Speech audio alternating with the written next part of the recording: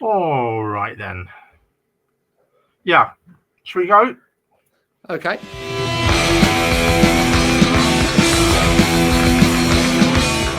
Fool's World. Okay. Hello, Andrew and Susan. Well, hello, Andy. How you doing? You prefer to be called Andy. See, I don't like being called Andy, so everybody calls me Andrew. So. I hate being called Andrew. So whenever someone says Andrew, I think, uh-oh. Right. So, I said the same. Susan hates being called Sue. It's Susan. As you got at the bottom, Andrew and Susan. It's funny how that works. Yeah. Cool. All right. Let's go with this. Yeah, so we've not seen each other for quite a while.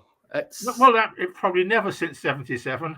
Probably never since 77. I've been in touch a couple of times, or we've spoken online. Yeah, we do the old stuff on the old messaging stuff and the Facebook stuff. But personally, I don't think I've seen you since then.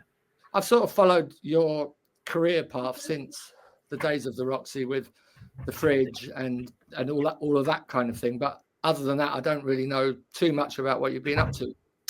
But I wanted to start with just asking, I've always wanted to know who came up with the idea of opening the Roxy Club. No one did, really.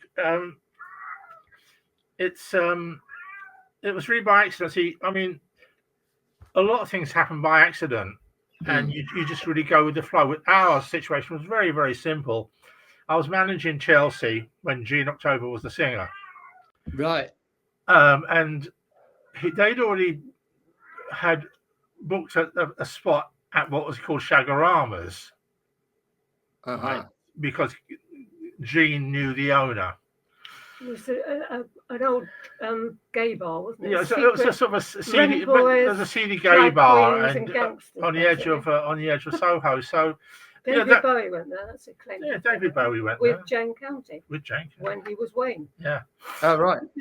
And so he had that date, and then because I was sort of managing them in a bizarre way, and in a period of time between sort of like sort of September and November, it all sort of changed, where the rest of the band decided that Gene really wasn't the right person for the band, and Billy would look better up front because he's younger, better. Why did they? I've got a couple of questions about that before you go on. Why did they think that? And secondly, when I first heard of Gene October and Chelsea, it was the day that they played at the ICA, I think it was. And Dave Goodman was on the phone. I was speaking to Dave Goodman early in the day, and he was like, knew about what was going on in the punk scene. That's good. And he said, "Oh, this band Chelsea are playing tonight at the ICA. You've got to come. Like all of the scene are going to be down there, and they're a great band. And they got this singer called Gene October, who's like a young Ollie Reed. He's great." But I always thought Gene October was one of the main people in that band. I suppose it's band democracy. Three of them didn't want him in, and that was the end of it. Right, but although essentially it was his band. Gene's band. Yeah, really. Again, they came to me fully formed. So I don't know how they got themselves together. Right, because Gene turned out to be. So I got this impression of Gene as this really cool dude, a young Ollie Reed, and then he turned out to be a bit of a knob in real life, and which I thought spoiled the cool credentials. So I thought Billy and Tony were probably right in. Yeah, and there was an age thing. He was quite a bit older than the others there, and it just didn't balance right visually and all sorts of reasons. And that was band democracy. They came to me and said, "Look, we're going to get rid of Gene. We're going to get a new guitarist in, and we're going to put Billy up on vocals." I said, "Yeah, fine." Billy has survived on his looks essentially because he's not the best of singers.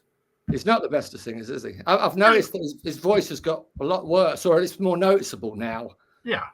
But he was an adequate rock singer. It was great on the records, but live it was a bit. Yeah, that was. But the point is, pop music, rock music. It's 80% probably visual. True. No, he's done all right for himself as well. Oh yeah. But only when he went to the American management, and they as we sort of did in a sense, they sucked him out of Gen X and said, "Hey, we're going to make you into Elvis." Yeah, and he is now the Elvis of punk rock. They say. And he's almost as big as Elvis now, isn't he? I don't know about that. Who would you call the Liberace of punk rock? Well, I would say Billy Idol. Yeah, actually, Billy could be Liberace. Flamboyant and as false as Liberace was. Maybe Johnny Rotten could be the Liberace of punk in a way. Yeah, I've always had a great admiration for John. He's one of the few people Johnny John, that speaks his mind, and he doesn't really put up with just fitting in with everybody and wanting to be loved. He states his case, and that's it. Take it or leave it. He gets a lot of bad press these days, doesn't he? Well, that's because people don't understand him. But it's also most people behave, like as groups. He's a true individual. And he's happy to stand on his own, away from the big group, and speak his mind. Yeah, and I mean, but he's always been like that, hasn't he? He's always been a contrary figure, and that's what you like about him, really, isn't it? What's your view on? I have to ask this. Your view on Frank Carter and the Sex Pistols? See, again, we have the Roxy and our sort of lasted 100 days, as you know. With us, it carried on for about another year and a half. And my involvement in, say, the punk scene was from late 75 until really middle of 77, and from that point on we pretty much cut off and decided to go in a different direction. So even though I'm aware of all of this, I really can't give an opinion. I don't know, but they're great. Just the aesthetics of a different singer that isn't John Rotten singing with the Sex Pistols. Okay, well, look, you're going to say the same about AC/DC. Well, you couldn't really, because John is such the folk. I mean, if it wasn't for John, we wouldn't even be talking. That wouldn't have happened. No, exactly. He's the essential. The fact he's replaced, well, I'm sure they would have asked him, but for whatever political reasons internally, it's a bit like Elvis's band asking another singer to come along. Which makes Johnny Rotten the Elvis of punk as well. No, Elvis was never part of a band, was he, though? No, but you know what I mean. I do know what you mean, but John is essential to it, and it would have been great if he was. But if he doesn't want to do it for whatever reasons, that's up to him, and I can't blame them wanting to, earn themselves a little bit of cash before they retire completely. And if the offer's there and the money's there, well, they'd be foolish not to take the offer. And as far as I know, the reviews have been, he does a great, adequate job. Yeah. So. I've heard, and it's always got to be fun hearing the Pistol songs. Anyway. Yeah. I mean, the tunes are the tunes. They stand up for themselves. So, as if he can fill that role, it's entertainment, isn't it? Yeah. Yes. I mean, they're selling out tickets left, right, and centre, aren't they? They seem to be doing very well. Yeah. There you are. You see, so nothing like a bit of old nostalgia. It's a funny old world. Yeah. Or is it a brave new world we're entering? A brave new world. Yeah, it's a fucking idiotic new world. It's chaotic. A fool's world. Yeah. So for the Roxy, I've always interested to know now, because at the time I knew nothing about rent, money and mortgages and all that shit. But now I'd love to know how much the Roxy was to rent. Well, you obviously haven't got our book. Shall I send you our book? No, I'd love to see the book, yes. Look, all the facts are in there. In fact, copies of the original rental agreements and the details of it all. And you're in there. You're in there. 3rd of February. So 1977. So I hide it for Gen X. Simple as that. And how long did you manage Gen X for in the end? Because they got taken over quite quickly. We got sidetracked into. The plan was to use because don't forget, you're going to go back to the whole Sex Pistols fiasco, where punk bands were banned, and if you put a band on that plays punk music, you might lose your license, and it was a serious threat from the authorities. Right? Nobody wanted to lose their license because you lose your business. So that was all kicked out the door. Now the people who owned Shagaramas, which became the Roxy, he was a barrister, so he knew the law pretty much inside out. And it transpires later, we discovered, that they didn't have a license. So how can they lose it?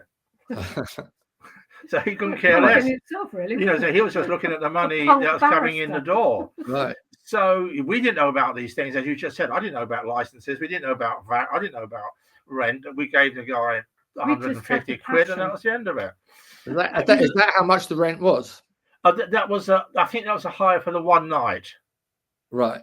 if I remember. The details are in the book, and I'll send you.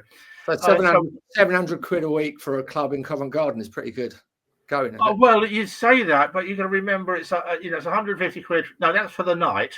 When we did eventually hire it, it was £300 for the week. Well, I mean, that's good. But it only held 150 people. So we did cram in a few. And you got to pay for the PA and the lights, and then you're only charged charged because there's nothing, no drink, nothing. and you got to crummy old place. Yeah. And a load of people getting in on the guest list every night. Yes, and it was £1 to get in, so 150 people paying £1 each just about pays the rent. A lot more on the guest list, So, so they didn't pay. And so on. And of course, I was there on that first night. When Chelsea played. Was it Chelsea or Generation X? Well, don't forget, I took up the date and I took on the club in order to keep promoting Generation X. I was going to sort of make it their base. And of course, there was nowhere else to play. So the idea was that they would come in on a regular basis in and around the bands that they're around at the time and creating this sort of home. Right.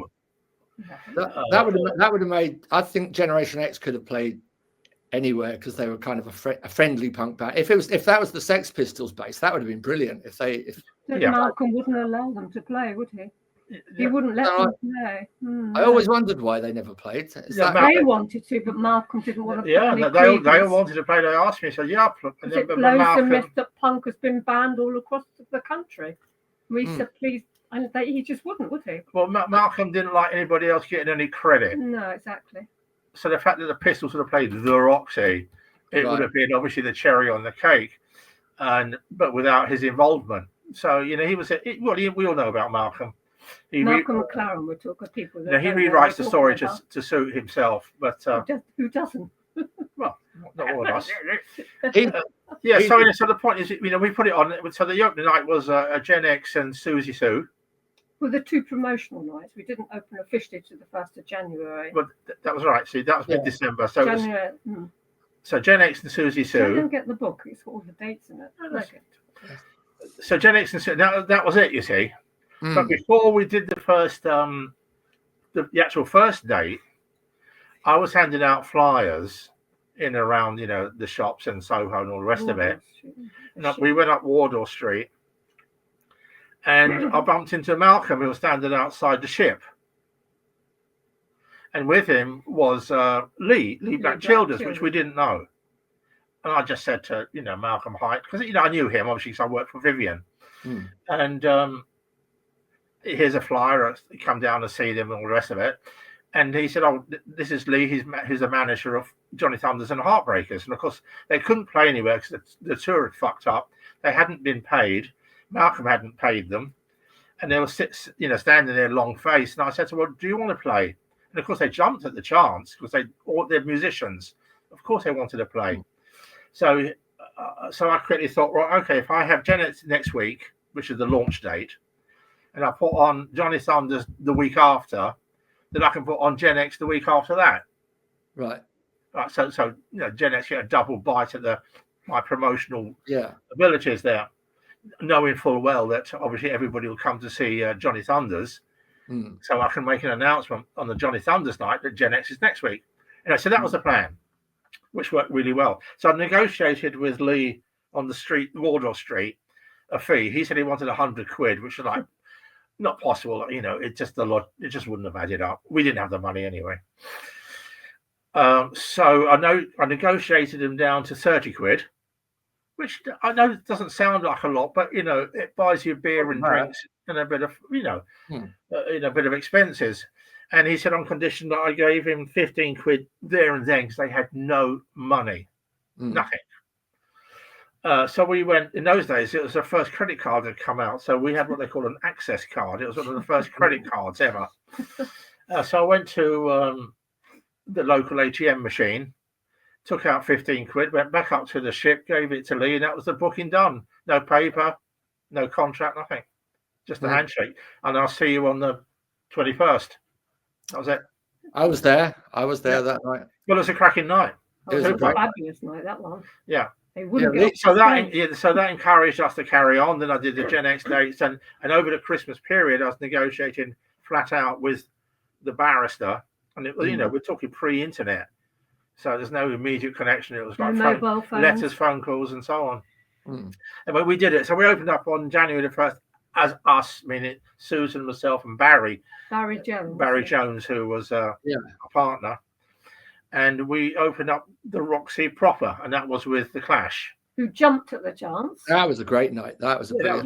Well, it was offered obviously to the Pistols, but Malcolm wouldn't have it. Yeah. How much did the Clash get for that? It wouldn't have been a lot. Right. How did you meet Barry Jones? Was he already a friend? No, but yes, he was indirectly, because I managed the Damned in '76. Oh yeah, from about April to August '76, and I wanted, like every band, wanted to get a demo out. You have to get a demo to send to the record companies. It's so old-fashioned. And I don't know which one of them. I think it was Brian or Rat. Brian James. Brian they all hung out together. Brian knew with Barry, Nick Jones. And Barry had I think it was 4-track.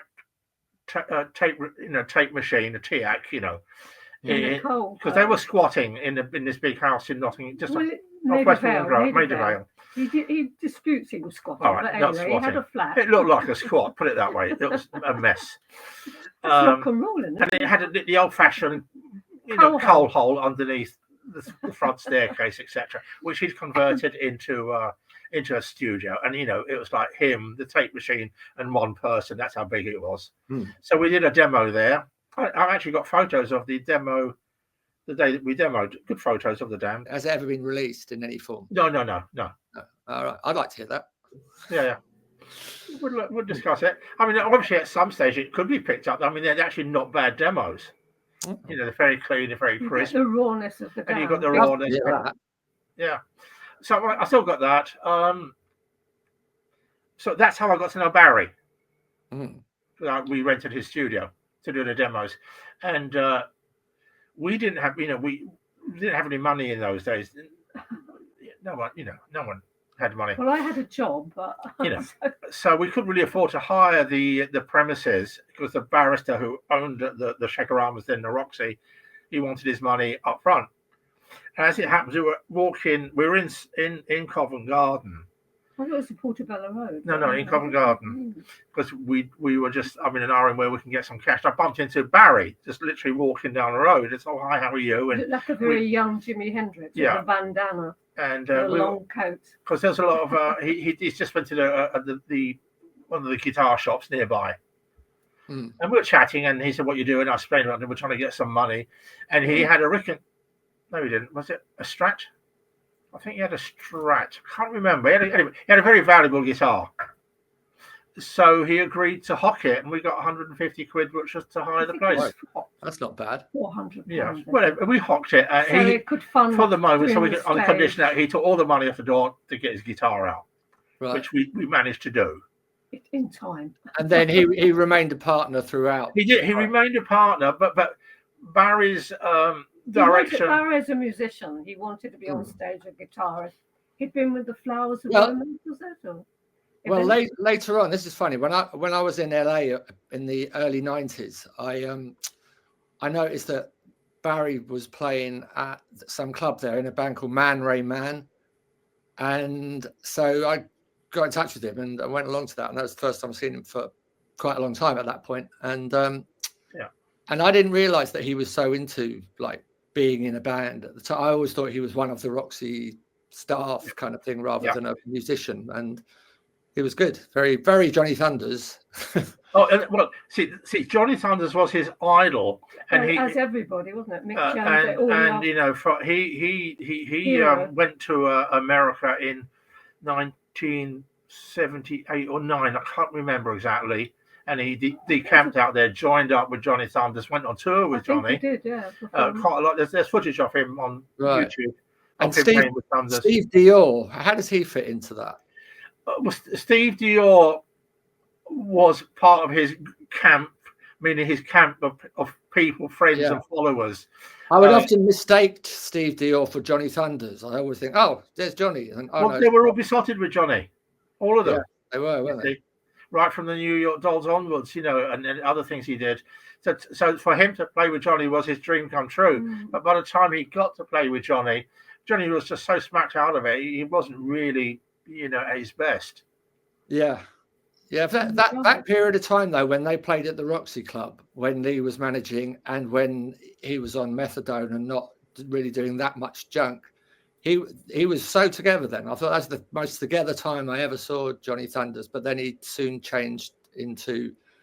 the last time I met him, he was at Heaven, and he was sitting at a table with Jerry, and Jerry was all like lively, saying, "Hey, it's Andy from Eden. Johnny's Andy," and like Johnny's slumped over, and hi.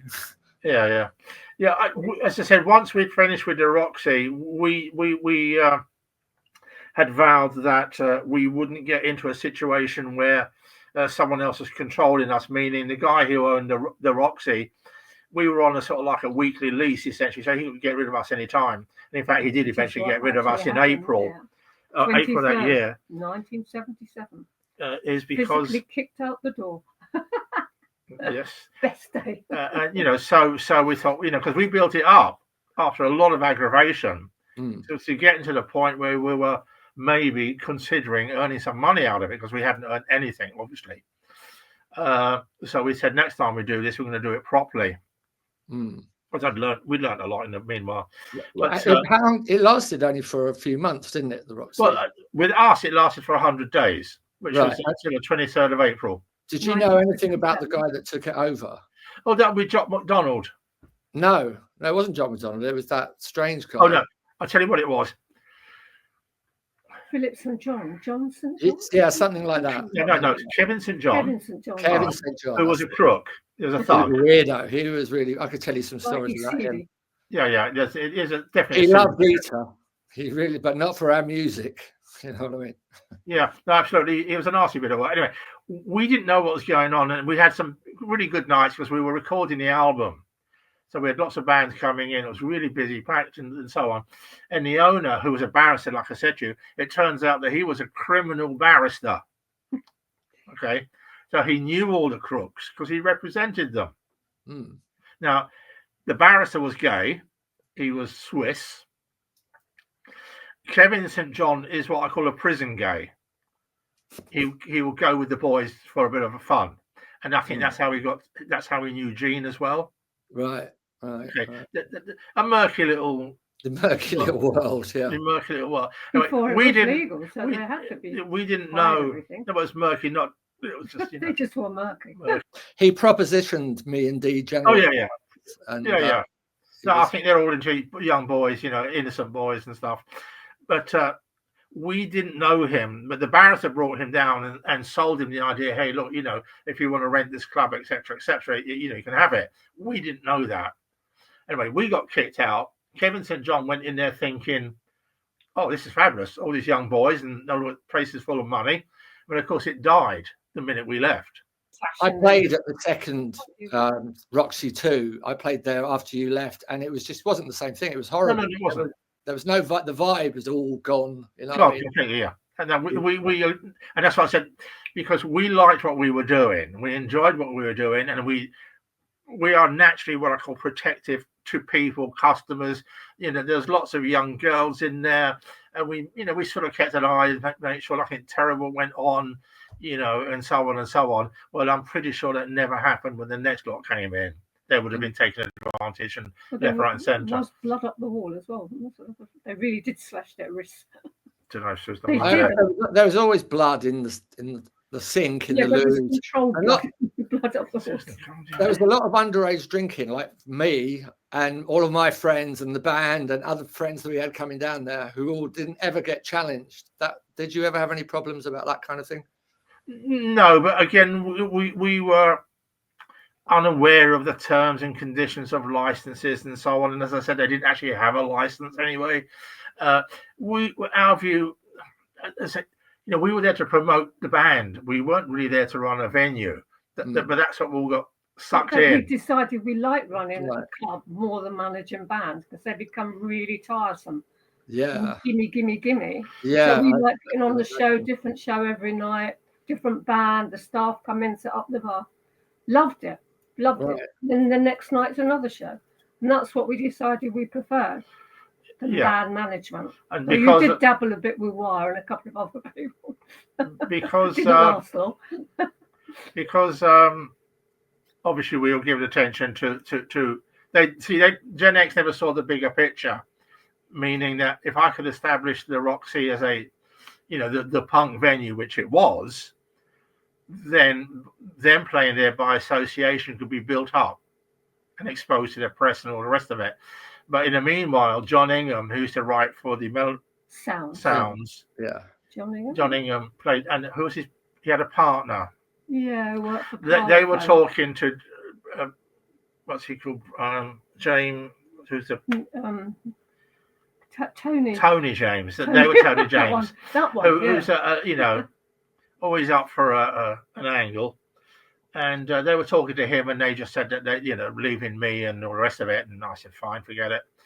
And they took him straight to CBS and signed a £500,000 deal, which is a lot of money at the time. But like all these deals, it's like over 10 records over 5 years and all this nonsense, right? But nonetheless, they got a good wad of money up front, and they did the most stupid thing they could possibly do. They went off the scene. This is typical Tony James stuff. Went into the big rock and roll studio, paying all this horrendous money to hire the rock studio, instead of staying out on the circuit and sweating their balls off and building up a following. They came out with a decent album, but that was the end of it. It never really happened after that. Then Billy went to America. Yeah, I thought that first album was great, though. I mean, well, that's a good album, but never followed through. They didn't have the following. They pulled it out. I mean, they had a few hits, didn't they? Yeah, but that's not what they want. We want platinum albums, don't we? We want world tours. It never happened. But it sort of happened for Billy after, I guess. Oh, Billy did. On his own, yeah. Only because you got this major American management company who pulled him out, built him up. They had all the connections. They had all the power. They got all the writers in. They got the producers in. They put a great song together or two, and he did extremely well, and good luck to him. He played the game, didn't he? Yeah. Tony James had another go at it with Sieg Sputnik, didn't he? And he claimed to have that's right. £5 million advance, which I doubt if they really did. Yeah, because you see Martin Degville, he's always on Facebook. He's slagging off Tony James left, right, and centre. I've never met any ex-band member of Tony's that has not slagged him off. Yeah. To be honest, what was your view on Tony? He thinks he's smarter than he really is. He had a lot of attitude, talking down to everybody. He sounded quite posh. Was he a posh kid? He went to university. And, he promotes the fact that he's got 2 BScs. One's in maths and one's in something else, and he seems to think he's superior to everybody. But he always comes across as if he's superior to everybody. Very few people, and rubs everybody up the wrong way. Seems to have. Yeah. Whatever. Yeah. Is there any of those bands that played around that time at the Roxy that you really fucking hated? No, I thought they were all great, honestly. But we were lucky because we got that cream period. I mean, you've only got to list everybody from Gen X, Susie Sue, Chelsea, Johnny Thunders, X-Ray Specs, yourselves, Penetration, adverts. You, Peter. You had Wire, you had the Buzzcocks, you had them all. The Jam, they were all. It had all of them, didn't it? It was nobody turned up. It's a shame though that Rock Live at the Roxy album wasn't better thought out, because we were on that, and I just can't listen to that. It was funny you should say that, because I met up with Mike Thorne about just before COVID time, because we had the idea of remixing it and all the rest of it. But it got bogged down with bloody solicitors again at EMI, etc. So that never happened. But it's universal, because I've got the master 1/4-inch tapes here. Okay, and I've got other tapes. And Roger, what's he called? Roger? Rogers Record Company. Who managed the Pogues? Oh, Stan Brennan. Yeah, you remember Stan Brennan? Right. Yeah, yeah, no, not really. But... He had Rock On Records. Ace Records. Oh, Rock On Records, yes. Roger Armstrong. And Roger Armstrong. Yeah, and they managed the Pogues and so on back in the day. And I've known Roger since then. But we don't hang around with people from the past, really. Anyway, but I contacted him because, as you know, reel-to-reel tapes can deteriorate in time. And what you have to do to protect them, you have to bake them. Did you know that? Yeah, I know. I've done that myself. Yeah. So I went to see Roger, and he baked them all for nothing for me. About a dozen different tapes, which was very nice. I bought him a case of wine. Oh, great. Yeah, so that was nice. And the point was that we were going to remix all that, but it never happened. But during the course of it, after they baked them, I said, "Well, can you make me a digital copy? Just run it off and put it down onto a disc, CD disc," which he did. And I hadn't listened to the album or it from '77. I hadn't, but I must admit, when I put them on, I thought that's actually not bad. When was the last time you listened? Oh, not since back then. Exactly. I thought the same.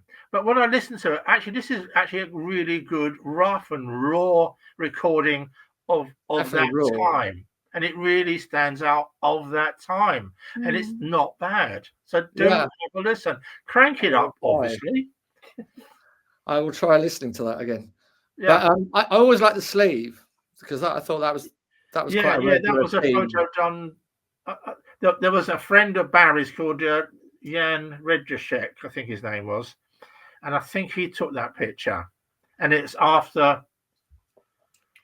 I think it might have been after the Damned played because the ceilings come down. Because they pulled the ceiling down, the Damned. Right, yeah.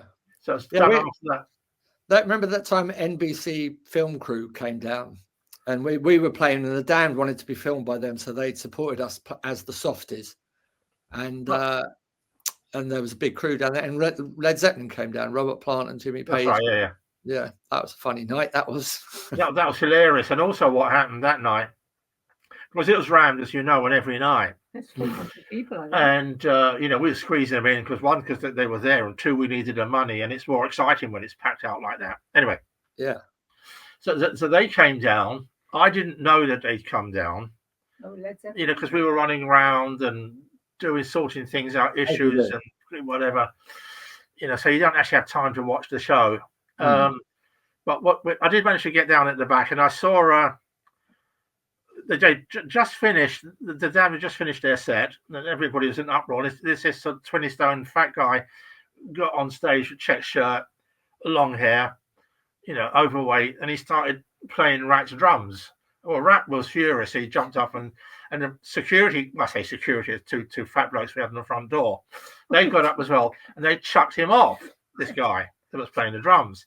But it turns out to be John Bonham. And we actually threw him out of the club. The thing is, how they got in was Donovan Deslets, who let them in because he knew who they were. And they paid him, I think, 20 quid each to go in because no one would have let them in. You don't need to but he doesn't know that. No. So you chucked John Bonham out of the Roxy. Well, I didn't know. I didn't even know who he was, but I was told afterwards, he just chucked John Bonham out. I remember one great fight between Sid and Billy when and Sid got chucked out because he was getting too violent. I was the messenger between Sid says, just come out for a minute. He just wants a little talk with you. And me going back to Sid saying, Billy says, no fucking way is he coming out. Yeah, was that the night we launched Dandy in the Underworld with... I think so, yeah. T.Rex and whatnot, yeah. Because I remember that because I told Sid to go home. I gave him a beer. And he smashed a lot of milk bottles outside. As a fit of anger, he just smashed this crate of milk bottles. He was always all right with me, Sid. Don't tell me. Yeah, I thought he was a good guy. I liked him. Because I pulled him away from Billy. He put a quiche in his face. Because he put a quiche in Billy's face. It was a good food fight. I remember the food fight. Yeah, that's right. And anyway, so I said, come on, you got to go. And he went, all right, Andy. And then he trotted off. And I gave him a beer. Did they pay you well for that? Mark Bonham was launching Dandy in the Underworld, his new album. And that's right. I mean, there's a lot of big stars came down that night. Nielsen, he came down. All right. Who was a famous. I can't. All I remember is Mark Bolan because I was, yeah, but they were all there. It was a record company gig thing going on, and they brought in this super stereo hi-fi sound system, and they run from the original master tapes and all the rest of it, and they brought in food for everybody. And of course, I was letting in people like you and Sid who weren't on the guest list. Yeah, that was brilliant. That was one of my favourite nights ever at the Roxy. That was fun. But Alan Edwards organised. Alan Edwards, you know Alan Edwards? Yeah. Well, Alan used to work for Keith Altham. Yeah. Our manager was connected to Keith Altham. That's right, because I got on well with Keith because he did all those huge bands, all of them. Yeah, and Alan was the boy that worked with him, and then eventually he separated from him and so on. But because of Alan, he got T.Rex in there, which was good for Mark Bolan because he wanted to be the godfather of punk, so that's what sealed it. And I think he didn't go on tour with the Damned. Didn't the Damned support him? Yes, that's right. They did. I gave him an Eater badge, and he then wore it on that weekend Saturday scene, being interviewed by. That's right. Yeah. Sally James. Yeah. Well chuffed about that. In fact, I wouldn't have minded if Eater had just finished then, because I thought I've achieved all my aims in life now. At that early age. Yeah. You knew Susie McEwen as well, didn't you? She was our manager for a little bit, and she was. Yeah, that's right. Yeah, she had blonde hair, dyed blonde. Yeah. Susie McEwen. She friends of Erica Eckenberg, and she worked with Keith Altham. That's how we got to know them. Well, what was interesting, you see, and is that for whatever reasons, that little moment in time, sowed this seed, which was an explosion. All those people was just there at that time. But it was an incredible time, and it's. I don't think that there hasn't really been a scene like it. I disagree with you, and I get this question often. But the truth is, it does happen. It happens every sort of 20 years or so. Each generation has its explosive time, and you can't be part of it. We can't be part of it because we had our explosion. You were kind of part of further adventures in music with the Fridge in Brixton, though. That's what I said. Therefore, I saw all those things. You see. Yeah. In the early 80s, you had that sort of Sade jazz explosion, and you had a rocker punkabilly thing going on. There were all little mini groups of people, and then the next really big one that happened. We were first to put on hip hop back in '84. We were the first to have we had a hip hop dance exhibition at the first Fish, way before its time.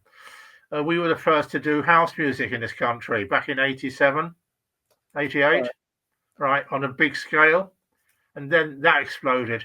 We were the first to do, the trance and dance scene in the early to mid 90s. So those people had their explosions. Yeah, I guess. But I mean, that one was a very one peculiar just to that time. It couldn't be repeated, although obviously you do get other movements. Probably it was the last of the what I call rock or guitar based explosions, because after that it all became electronic and studio manipulated more than the live musician.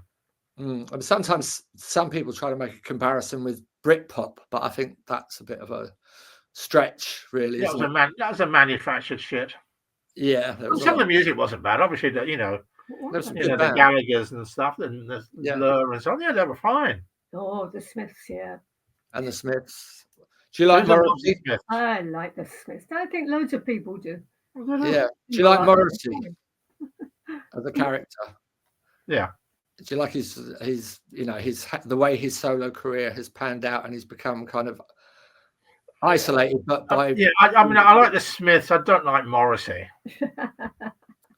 What's wrong with Morrissey? Come on, I've got a bit of a soft spot. Love Morrissey. No, she loves Morrissey. Laugh. No, I think he's funny. I think the problem with I think the problem with a lot of people like Morrissey, like Lydon, they say very funny things, but taken out of context and taken just in a soundbite, it can sound what he said that, but actually it was very funny at the time. What he says I don't mind so much, but I just find his music self-indulgent. Yeah, it is. It packs out stadiums all over the It doesn't world. matter. You can be Doesn't bad matter, and still does it? sell out. It doesn't mean you're good. But I mean, amongst that self-indulgency, there are some great tracks that he's come up with since the Smiths, I think. With the Smiths, every track was good. Well, as you just said, and I agree, some tracks were good of Smith, of the Morrissey. Yeah, it's a big difference, isn't it? What's your politics then? What is your kind of? I'm pretty. What I call I've been talking about Palestine, which is great because I mean, the whole thing is that I'm an extreme liberal, but at the same time, I want common sense. Yeah, and I want honesty. I don't like the left. I don't like Starmer. I don't like the Labour Party. If anything, I'm closer to reform than anyone, because I just want someone to sort it all out. Now, I don't like Trump, but I think at the same time, even though it's going to upset and hurt a lot of people, something needs to be sorted one way or another. It just can't go on as it is. And also, I mean, at least he talks straight. Whatever you think about Trump, like Biden will say sympathetic things towards, say, for instance, Palestine, as though we don't want them all to die. But secretly, he's handing Israel a load of money. At least Trump makes it clear what the intention is, rather than I'm not sure the outcome's going to be any better, but at least he's getting stuck in. He's shaking it all up, and it's all going to land eventually in time, not in a way that we probably want it to land, but it will break through it. I think I thought to myself the other day, it's when Alexander the Great was presented with the Gordian knot, which no one could unravel. Okay. And how he dealt, because he couldn't go any further in his progress of taking more land on until he unraveled the Gordian knot, which is this huge ball of knot, and there's no way, no one was ever able to undo it. Okay. And if he couldn't undo it, he couldn't progress. So what he did, he got out a massive sword, slashed it down the middle, and the knot fell apart. Okay, it solved the problem, but not in the way that people wanted. Interesting, huh? That is interesting. And I think that things do need dismantling and knocking down a bit before they can start being created. And Trump's going to do it, and it won't be nice, but it will move forward. I think people have become too hung up and invested in the left and the right. I mean, I'm neither. Some of my beliefs will interweave with the others, but it's, I find that it's just become ridiculous. You can't have a conversation anymore with somebody that's invested in the left or right, because if you say the thing that goes against what their narrative is, you're this and you're that. I mean, for instance, that Elon Musk Nazi salute thing. Look, whatever you think about Elon Musk, and I know fuck all about him, and I don't really care about him, but I know that an adult man who is obviously quite clever is not going to get up in front of millions of people at the president's inauguration and do a Nazi salute. And then if he is brave enough to do that and mad enough to do that, he's not going to say immediately afterwards that I didn't do a Nazi salute. He would say, I did, yes, because I'm a Nazi. But he never fucking meant it. I know what you're saying. I totally agree with you.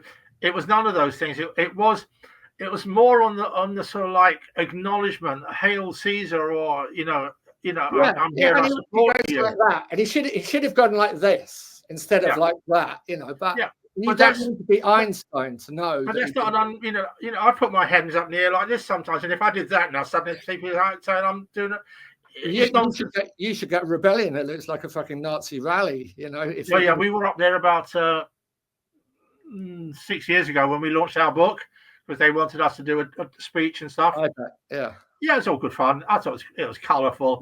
I don't take this stuff seriously. You see, we're just like, look, they're there. They're paid money to enjoy themselves, and they're damn well going to enjoy themselves. And I say, yeah, get on with it. Don't bother me. Yeah. But I don't know, it's all a bit crazy, that stuff, and social media has just it's all going to explode one way or another soon.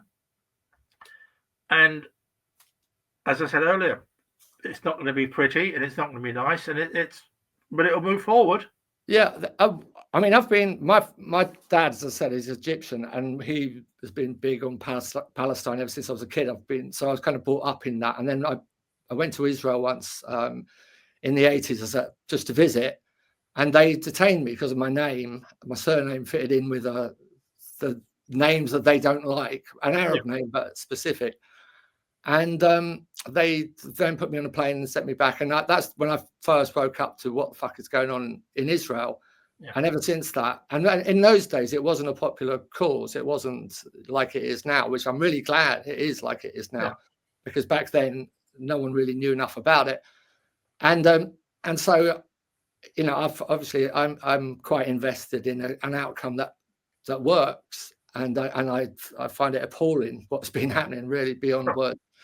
But the idea of the Palestinians having to fuck off somewhere else and Gaza be made into a holiday strip, But I do understand the principle, because if it was my family, and if generations of my family had all been killed by the Israelis over decades and decades, and if my family had a chance to escape that, I'm not sure whether I would say, actually, no, fuck it, I'm staying here to die where I was born, because I don't really understand the principle of that death compared to living somewhere else. And maybe your kids won't be fucking killed as well. And maybe their kids won't. That's again, I think the other way slightly. I mean, what's going on?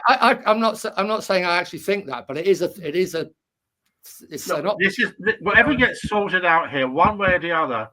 There's going to be a whole generation coming up in 20 years' time that will be furiously mad and want to start this up again. Exactly. I mean, because even if they all said, okay, we'll accept, some of them said we'll accept being moved and our lives, there's always going to be, Israel is always going to have a problem, whatever happens now. It's their intention to remove Palestine. It's as clear as day. Yeah, I know, but even if they succeed, it's not going to go away just because of that. You know? Yeah. And I still don't understand, and I'm not condoning it either, but I still don't understand. Well, we do understand it's all to do with oil. Why the other Arab nations haven't actually jumped in on this? Well, because they're being asked to take I mean, they did. They tried. There was the 6-Day War, but they didn't stand a chance because they're up against the West, basically, and various attempts. But now they're paid off stooges, most of them, and but one of the things they don't want is a load of refugees. So they've been quite happy to be paid off stooges. Jordan is fucking useless. Egypt has been fucking useless ever since Sadat was assassinated. Yeah. And Libya has been fucked over. Iraq has been fucked over. All of the main opposition to Israel. I mean, that's the sort of neighbor Israel is. It's moved in and obliterated almost all of its neighbors.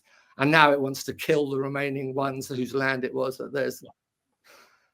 It's not going to be over. Whatever they decide, whatever agreement they reach, in a near future, it is not going to go away. It's as simple as that. No, but you're right. It's strange that you think the Arab nations might do something, but it's because of those reasons. It's not that the people don't want to help, but the governments, they're just paid off. It's easier for them to just stay out of it now. This is going to keep smouldering for a long time. And I don't, which is because people talk about race and stuff, and they refer to the Jews as race. Jews follow Judaism; they're not a race of people. And there's the race of people are the Arabs and the Jews, which are called Sephardic. They're all Sephardic as a race. And there's a lot of Jews that aren't Zionists who do. Oh, yeah, absolutely. What's going on in Israel. You get them on Facebook, and you've got what I call the older Jews, the traditional Jews. Which, by the way, the dress that they wear, the fur hats and the silk robes, that is traditional upper class Polish dress. Did you know that? No, I didn't know that. Because Poland was one of the few countries, because it was so vast, people don't realise how big it is. It's only a little bit smaller than France. Talking back in the 16th century, etc., it was one of the few countries that invited the Jews in from all the other countries where they were being kicked out of Spain, and Holland and so on, and France. They were being kicked out of those countries, and they were encouraged to go to Poland, right? And that's where they settled, because it was a vast country, and they wanted more people to live there, and that's why so many Poles died. Oh, sorry, Jews/Poles died in the camps in the Second World War, because that's where they lived. But their dress is traditional Polish dress. All right, that's interesting. Weird looking, but quite nice. I like those hats. Yeah. But that's where they come. If you look at very old, the elite people dressed in Poland back 400 years ago, that's how they wore. Right. I mean, where do you get fur hats in bloody Israel? It doesn't exist. They don't have fur there. Is that right? Why not? Why don't they have fur? Because they don't have animals with fur. They don't have bears, beavers. It's not cold, is it? Bears and so on. Warmer climate. See, because that came from the north part of Europe. Have you ever been to Israel? No. It's quite. I've not been back, and I won't go back. But the last time I was there was 1985, and it's probably changed quite a lot. But the West Bank was a lot more thriving as a Palestinian homeland then. And the difference between traveling from Tel Aviv from the airport to Tel Aviv, it's all very kind of modern and kind of clinical. It's almost like being in a hospital waiting room. Kind of the airport is and everyone there just seems very kind of fake. And then I had to get on an Arab bus from Jerusalem and from Tel Aviv to get to where I was going, and suddenly it's all changed. Suddenly there's like chickens on the coach, and there's all friendly chatter going on, and everybody's kind of amazed to see kind of a white guy on the bus, and but over friendly. And the bus driver knew exactly where my friend's address was. He took me to the door, and it was just like being in another country altogether within like 10 minutes. Well, we'll see if it still exists in another 10 years. Well, a lot of those places won't. The place where I stayed, I know, has been long since bulldozed, and it's now occupied. Now, I don't understand why the Zionists were allowed to creep into Palestine and keep stealing more and more land. I don't know why they were allowed to do that. Well, I think it's the same reason why Israel is seemingly untouchable in the middle of the chaos it's created. Yeah. All right, well, we sit here at home retired and just watch all this play out. We're not retired. Well, you can only watch, but I think that idea of Trump's idea is fucking insane. I mean, I don't think anyone can. I don't even see how you can say, right, this other country that's not part of the US, we're going to do this to it. I don't understand whether he's half joking when he says that or not. I'll tell you how this is all going to work. I've said it before when I've spoken to people.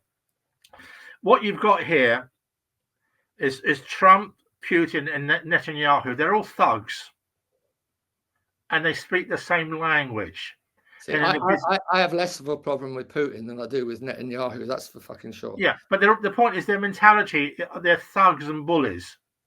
Okay, and in a bizarre way, because they have the same understanding of threats and anger, something will happen. Something will resolve itself. And I say, not necessarily for the good, but it will unlock somehow because they have the same mentality. They're brutal people. And they speak the same language. I did propose the idea when this kicked off, when the Palestinians started it, was raising that festival thing. I did think to myself initially, and I say again, look, the Israelis have supposedly the best intelligence system in the world with Mossad and all the rest of it. Yeah. How the hell did they not know this was going to happen? How the hell? This is in a country where you can't even ride a bicycle down the fucking lane without being observed by some people in a booth. So did they allow this to happen? And I wouldn't put it past them. Well, it's a great. Let's put it this way: it would be a great pretext in which to wipe out Gaza, wouldn't it? You know what I mean? Well, the same happened at the beginning of the second. It's a black, what they call black flag up and all the rest of it. They tried the same at the beginning of the Second World War, where there was a situation on the border between Poland and Germany, where the Germans had dressed in Polish military uniforms and attacked a German post office. Okay, So it looked as if the Poles had invaded Germany and attacked this post office, which would be their excuse to start the war. Yeah. So this whole thing fits in. I just cannot understand how they came out of the Gaza Strip on these airplanes, machine guns. Yeah, with their gliding down on their paragliders. Yeah, come on. And the Gaza surrounded by tens of thousands of troops with binoculars. Yeah, on conning towers, and they got that far into Israel to kill these people. Yeah, they're trying to tell us that Hamas were being clever because they chose the Sabbath or whatever holy day it was supposed to be, as though they'd know that everyone's going to be napping, and because it's pretty relaxed when it comes to holidays in Israel. I just found it all a little bit too convenient to be a terrific excuse to retaliate. I think you might well be right. And Netanyahu, from what he said, if you listen back to interviews going back for decades, it's pretty obvious what his plan is. And he's never been interested in a two-state solution.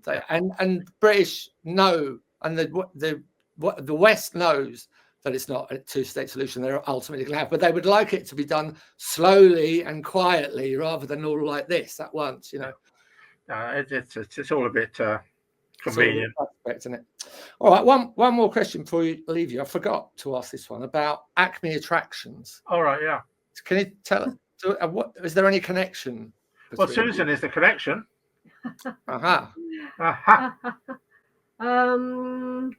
You explain. I'll explain. Yeah, So we're going back now to the late 60s, okay? 68 sort of time, 69.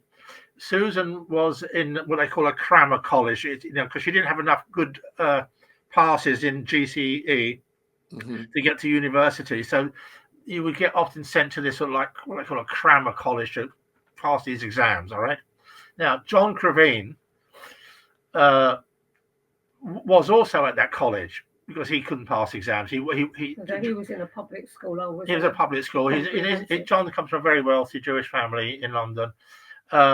But he's not academic in any shape or form. Yeah. So Susan and him ended up in the same class to cram through this, They became friends. Yeah. They became friends. So that's how she got to know John. Well, nothing happened. The course finished and John went his way, Susan went her way, and so on. And then just by accident, we bumped into each other probably 75. 4, I think. 74 or 5, somewhere at a party. And, as always, you say what you're doing and all the rest of it. And John was saying, he's opening up... well, he has a stall at the back of Acme Antiquarius, which is on the King's Road. And he was looking for, essentially, a Saturday girl to look after the stall. So he offered the job to Susan, which she said, fine. And she just stood there, and I went to visit her. At the back of Antiquarius, he had, 2 little tables, basically full of Americana sort of junk stuff. And that's how we sort of reconnected with him. That was about 74, 75. And then they went from there from the back of Antiquarius to the basement of Antiquarius called Acme Attractions. Right. And that did he kind of, because I always thought of Acme Attractions as a second rate, or the Woolworths of sex, of seditionary. Yeah, well, they did eventually buy out the rights to their bondage outfits from Mark and Vivian. That's why they were selling them. Because they were much cheaper to get zip trousers at Acme Attractions. It wasn't as good quality either. Well, the standards weren't as high. But, the thing had exploded. It was like, everybody's getting into this now. So this was 78, 77 time. Then they moved from the basement, I don't know exactly when, I think it was 78, to their own shop on the front of King's Road, which was the shop that everybody knows. And it changed its name to Boys. And then it changed its name eventually to Boy. Yeah. Yeah. But So Don used to work there sometimes, didn't he? Don Letts used to work at Boy. I remember him. Donovan was a shop boy. He was a shop manager. Yeah. Right. Of Acme Attractions when it was in the basement of Antiquarius. I was in the shop once when Don was working there, and then he saw Bob Marley walk by on the King's Road with an entourage, and he quickly says, "Fuck, I've got to take the stuff. I've got to go and see Bob," and he went running out. And so I was left with my things. So I thought, all right. Yeah, that's right. They got on well, obviously being fellow Jamaicans, etc., and they had the look. He loved Bob Marley. Yeah, he used to hang around with them. And Don Letts was just a shop manager there, basically, with Jeanette Lee. Yeah, that's right. Who eventually, I think, married. She managed Morrissey for a while, didn't she? Yeah, I know she married. Yeah. She married Morrissey. I never knew Morrissey was ever married. Managed. Oh, I thought you said married. Yeah, not married. God, no, wrong sex. But she managed him for a while. That was a big shock just then. Yeah, exactly. I can see that shocking. Yeah, then she actually also managed. Who's that big girl singer we got in this country? Adele. She managed Adele as well. Oh, right. But she got fucked over like they do, and she went to big American management. Is Jeanette still around? She is a director. I think she owns Rough Trade. No. She's a director or part owner with Jeff Travis at Rough Trade. Oh, right. Yeah. He used to sell his records in the Roxy, didn't he? He started selling his. He had his first stall at the Roxy. I remember it. Yeah. Yeah. It's funny how it all connects up, isn't it? Mm. Anyway, it's been brilliant talking to you. Well, it's only the start. Don't forget, it only covers 100 days. We then did 20 years running the fridge and changed the world. We didn't even really touch on that very much, but next time we're writing the book at the moment. Books. We're writing more than one book. You're into writing books now. Yeah, because we've got such an archive. We got over 100,000 pieces in our archive. Wow. We never give anything away. And we never post anything up. We never show anybody anything. Well, so everything that we have. You will. You already promised you might show me that damned demo, because I would love to hear that. Well, I'll send you a digital copy. I'd love to fucking hear it. Thank you very much for that. Well, and also send me your address and I'll send you a book. Yes. Yeah. When was the book released? Published? 2017. Right. We published it ourselves. We published it ourselves. We did very well.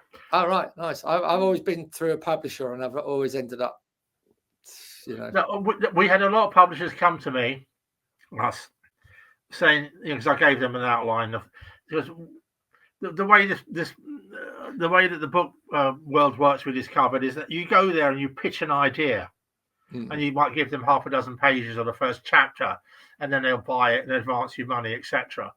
We went to them with a completely finished book, laid out, structured, written, all the images that we own, so they're copyrighted, etc. And they could not believe that someone actually gave them a whole finished book. And they said, marvelous, lovely, lovely, lovely. And then you get into the shit thing. That's a lot of work, though, isn't it? Yeah, but I don't mind it. Yeah. Because we had complete control, as they said. To change everything, didn't they? Yeah, because if you give it to them, it wouldn't be our book; it'd be their book. So we didn't do it. We left them. They would muck around with it and say, "Don't want this. We'll edit that out. Get rid of that." No. You keep it as it is, or don't bother. So they loved it and wanted to do it, but they kept going to I'll get back to you next month. I've got a committee meeting. I've got to have a meeting. I've got to go past the manager. I've got to pass. Oh, I said, fuck off. You're going to print it or aren't you? And when? And I said, well, send it back to me. The book that was on a USB stick, and we just printed it, sent it to China, and printed it ourselves. Good. Well done. And when's the next? You're doing a new one? Did you say? We're going to do the fridge books. Should be done by the end of this year. Great. And that is huge. I've got stuff in there that will blow people away. No one knows. What do you? Before we go, what do you do now? Are you well, that's it. That's a full-time job. All right. Yeah, I imagine it fucking is as well. That's a lot of work. That is. Well, we've had 2 interns working for us. They're all paid. I don't believe in not paying people. They're doing all their work. We're building a new fridge website, which will be huge. That'll come out with the book or books, because we were the photographic one. We did one on the gay scene that we were huge in. We were the biggest gay club in Europe. Which one was that? Club we had, didn't we? You got to remember that the fridge held 2,000 people. Oh, the fridge you're talking about, yeah, it's huge. That was a big place. That was a big place. Yeah, I went there a couple of times, and we packed it out every Friday. We started with, so we're doing a book on the trance scene. We're doing a book on the house and dance scene. We're doing a book on the black scene because we had Soul to Soul, NWA. Ice-T, Ice Cube. I booked all of them. It's great. Well, it's great to see you busy and very busy. Nico, did you come and see Nico at the Fridge? I didn't. Oh, hang on. When was that? When was that? Well, I think that was about 94, wasn't it? When did Andy Warhol die? When did Andy Warhol die? She played. I think I nearly came to that. I remember hearing about it. I came to see. Did Marianne Faithfull or Angie Bowie do a gig? Yeah, Angie Bowie and Mick Ronson. That was a good one. That's what I came to. Yeah, that was a weird night. That was a weird night, but interesting. Great, Mick Ronson's a great guitarist. 1986. That's really brilliant. He's my favourite guitarist, Mick Ronson. Without I like him. Mark Harmon, did you come to see him? Yes, I did actually. I really loved Soft Cell and Mark Harmon. Brilliant. Still think he's one of the last great. So see, we've got we've got a lot of original contracts. We've got all the flyers, all the promotional material, press cuttings. I bet there's some good flyers. Oh, they're absolute classic because they were of their time. Flyers are a great art form, aren't they? In their own. And no one's seen these flyers because we've never shown anybody, unless you had them at the time. You're very secretive with all your stuff, aren't you? You have to be, because we know about the AI shit going on. Once it's out there, you've lost it. True. It's gone. True.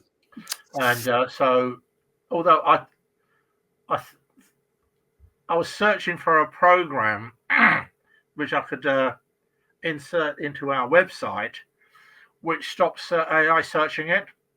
All right. Because someone's going to do that. I had two people contact me to say that they can do that, but I'm not really sure at the moment. It's a bit scary. Also, I found another program that will stop people downloading the images and copying them. All right. The AI stuff is pretty scary, don't you find? There are good bits and there's a lot of bad bits. I mean, that can only, like any invention that human beings come up with, like splitting the atom, it can only end up in tragedy, I think. Well, don't forget dynamite. And for everything, literally everything. You know what dynamite was invented, don't you? Yeah. No, it was invented by Nobel in Sweden. And it was to help miners. Peace Prize. That's why he gave the money over to the Peace Prize, because he made a lot of money from it, but it was made to help the miners get through hard rock, obviously. But then it was used to destroy and kill people. Yeah, of course. Right? So he decided to put the money he made from it into all these gifts to help humanity. So interesting. It's the way it goes, isn't it? So again, it was misused like the atom, and so it goes on. Yeah, I think that's the story of the human race, in fact. All right. So, but anyway, on that happy note, it's a very happy note. Post all this up, and nice one. I think you should do another one with us about the Roxy, maybe, because we diverted to politics, right? There's a lot more to be told about the Roxy story. Well, I'll send you the book. Yeah. And then you can pick out another time. All right. And then you can pick out more questions, and then we'll do one on the Fridge. Yeah. Do you know? I was Sun Ra. You know Sun Ra? Yeah, of course. The last gig he ever played was at the Fridge. Was it? All right. As was Nico. The last gig she ever played was at the Fridge. Maybe we shouldn't say that. That's the name suddenly becomes has a different meaning. The Fridge. Yeah. Totally. All right then. Nice one. It's been great talking to you both. See you, Andy. Fool's World.